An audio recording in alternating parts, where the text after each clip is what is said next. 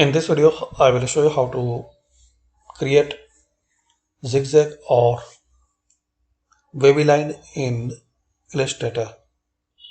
So select this line in toolbars. So in the shape tools, select line segment, press and hold shift.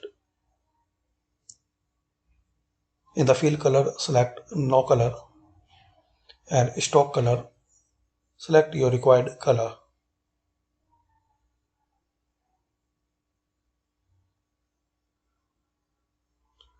You can change stock here, size.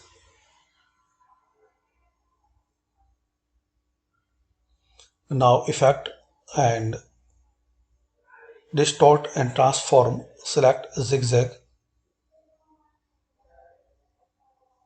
In this dialog box, you can change the size.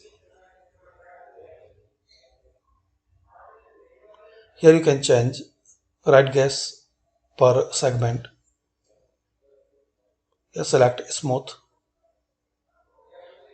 You can make changes as you need.